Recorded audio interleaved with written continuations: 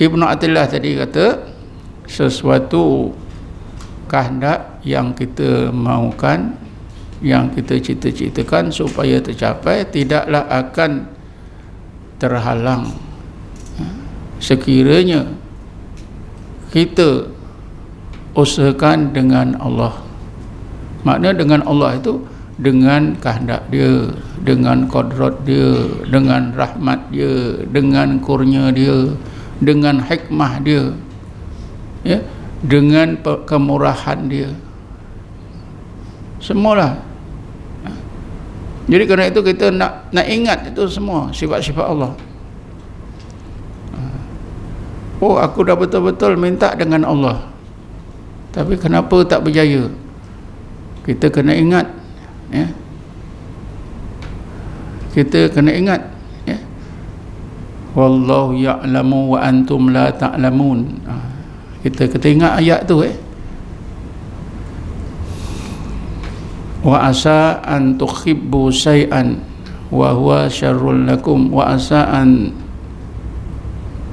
takrahu syai'an. Bismillahirrahmanirrahim. Wa asa an takrahu syai'an wa huwa khairul lakum wa asa an tukhibbu syai'an wa huwa syarrul lakum wa wallahu ya'lamu wa antum la ta'lamun.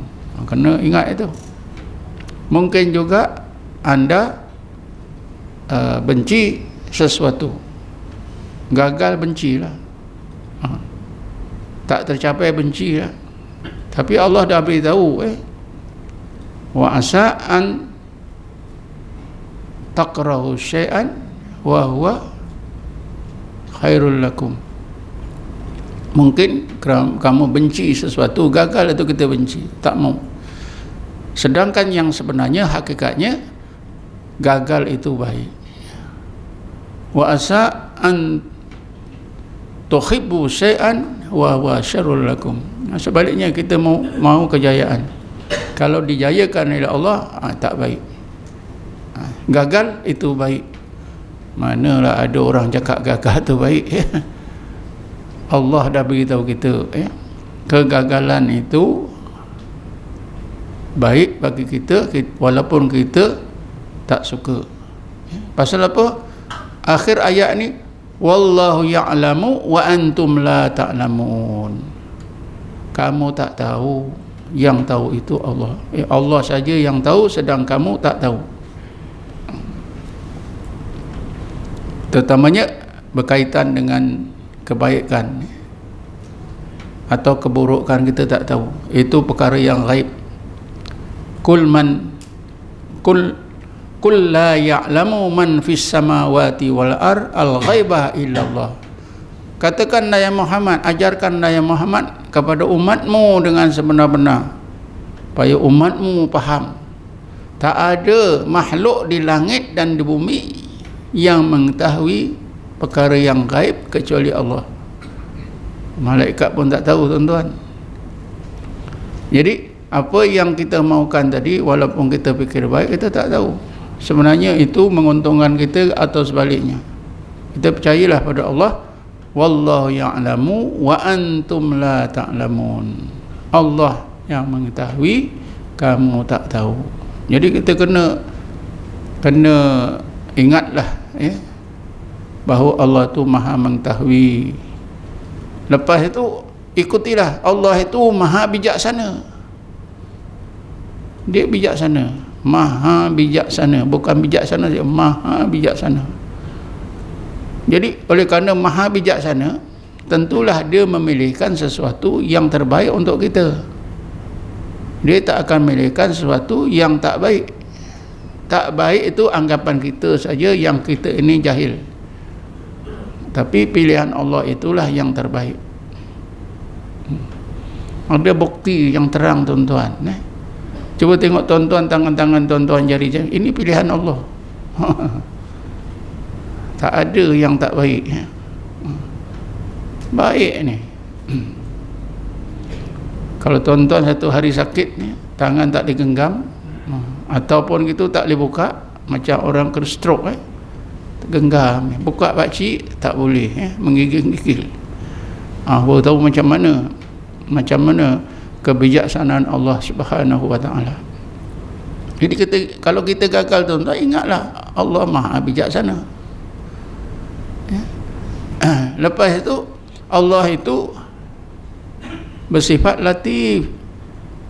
Latif itu artinya asalnya halus, tapi maksudnya pemberian Allah, kurnia Allah itu, kebaikan Allah itu sangat halus, sangat rahsia, sehingga manusia tidak terfikir. Manusia tidak terfikir. Dia sudah menerima kebaikan tapi tak terfikir. Banyak tuan-tuan, termasuklah oksigen, kita pernah fikir ke? Tak pernah. Dari pagi tadi sampai sekarang tak terfikir pun. Bila terfikir, bila kita semput, baru kita terfikir, oh Allah nak tunjukkan kepada aku macam mana dia bagi rahmat, bagi kebaikan menerusi oksigen ni. Aku dah sembuh sekarang, barulah aku tahu. Jadi begitulah, kita kena ingat berbagai sifat-sifat Allah Subhanahu Wa Taala yang lain. Kalau sekiranya kita gagal, lepas itu kita kena ingat lagi, kehendak Allah itu mutlak. Wali Allah tapi tak berjaya lah. Wali apa ni? Kita tak boleh cakap itu tuan-tuan. Pernah berlaku di zaman Nabi Muhammad SAW dalam perang Uhud. Dalam perang Uhud tu kiralah macam bolehlah dia kira pihak Islam tu kalah. Kalah pihak Islam. Orang Quraisy menang, tapi separuh menang lah. Pasal apa? Mereka tak dapat menawan kota Madinah. Mereka berpuas hati bila tentera Islam ni macam dah tewas, mereka berundur. Sepatutnya mereka terus masuk ke Madinah. Tapi macam mana pun Al-Isra mengatakan pihak Islam kalah, Quraisy menang. Bila kalah tuan-tuan, tentera Islam ni macam-macam, dilanda oleh macam-macam perasaan. Rasulullah jadi jeneral kita kalah, macam mana ni? Rasulullah kan hampir pada Allah, Habibullah, kekasih Allah, kenapa kalah? Macam-macam. Bila sampai Madinah pula, orang-orang Yahudi sindir-sindir pula. Aduh, orang Yahudi jahat tuan-tuan. Itulah, janganlah kamu ni tak pernah perang pun, kamu ni bukan jenis panglima, bukan orang untuk berperang. Kami inilah orang Yahudi, kalau nak perang boleh menang. Mana kamu ni? Orang Yahudi macam pelekehkan tentera Islam. Lagi satu masalah, ejekkan orang Yahudi ini jadi masalah. Lalu macam-macam lah perasaan. Terutamanya mereka persoalkan, macam mana kita dipimpin oleh Rasulullah boleh kalah, kita di pihak Allah. Lalu turunlah ayat Quran. Tak salah nanti ustaz itu boleh ingatkan saya lah. Bismillahirrahmanirrahim. Wala tahinu wala tahzanu wa antumul a'launa in kuntum mu'minin. Im yamsaskum qarhun faqad massal qauma qarhun mislu wa tilkal ayyamu nudawiluha bainan nas. Wala tahinu wala tahzanu. Janganlah kamu rasa lemah, janganlah kamu rasa duka cita, janganlah kamu dilanda oleh macam-macam perasaan yang tak bukan-bukan ini. Ya. Kerana kalah dalam perang Uhud. Ya. Wa antumul a'launa in kuntum mu'minin. Kamu tetap tinggi sekiranya kamu beriman. Menang kalah sama saja bagi orang yang beriman. Tetap tinggi. Sekiranya kamu ditimpa oleh kekalahan, im yamsaskum qarhun, sekiranya kamu ditimpa kekalahan, sesungguhnya musuh kamu orang Quraisy itu pun pernah kalah. Wa tilkal ayyamu nudawiluha bainan nas. Hari-hari masa-masa menang kalah itu kami gilirkan. Jadi kita tahulah kekalahan orang Islam, kemenangan orang Quraisy itu memang sudah ketentuan Allah. Allah gilirkan.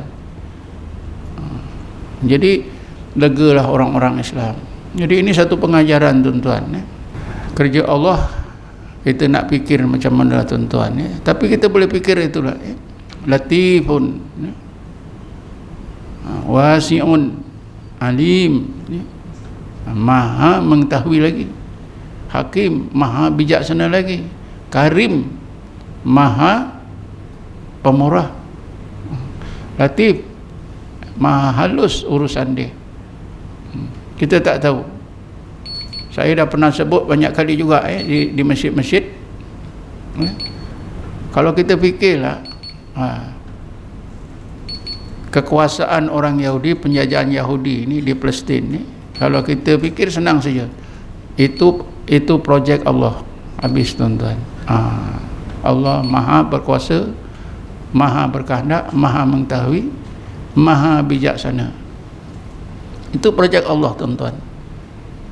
Zahirnya macam merugikan kita, tapi hakikatnya Allah saja yang tahu. Itulah, kita kena selesai dengan hakikat. Kalau kita selesai dengan Allah, selesai. Kita tak akan duka cita, kita tak akan takut, tak akan bimbang. Semuanya kerja Allah Subhanahu wa ta'ala.